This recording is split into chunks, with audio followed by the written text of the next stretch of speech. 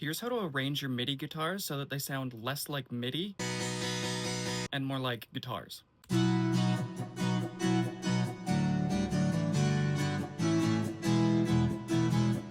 The first thing I always do is use this MIDI transform option called Strum. This one goes a long way to making a guitar sound natural, as it's the fastest way to space out MIDI notes over time. So you have some chords like this. Select them, and then space them out forward or backward. Then you can make them sound like actual strummed chords. The second way is with velocity. The strum transform helps a lot, but what'll help even more is if we change the velocity on each chord and even each note by just a little bit each time. An easy way to do it is just to alternate between one higher velocity and one lower velocity every time a chord is played. The last thing I'll do is just use this ramp function so that the last notes played are slightly quieter than the first ones.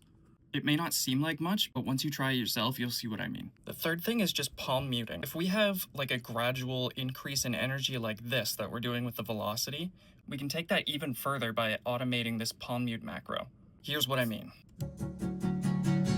This is the way it works on a real guitar, so all it takes is a bit of automation, and you've got a more natural sounding tension build type thing. The last thing is just what we call a dry strum, and it sounds like this. It's basically just strumming the guitar while muting all the strings with your left hand. Fortunately, it's really easy to do in MIDI. All you have to do is build out pretty much any chord. The notes actually don't matter here, and then once they're built, just shrink them down really small. Then you can mix these in with real chords and get pretty cool results. Okay, here's one last thing that I totally forgot to mention, and that has to do with the pitch bends. The first rule: always use MPE, never use regular MIDI pitch bend. With the MPE per note pitch bend, you can choose exactly how much you want to bend each note, rather than all of them at once, which happens a lot on a guitar.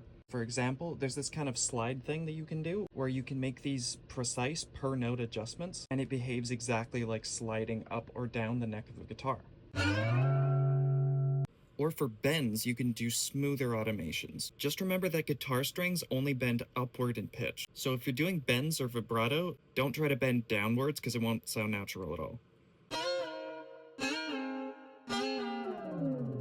Also, if you want that serum preset, you can find it on my Patreon.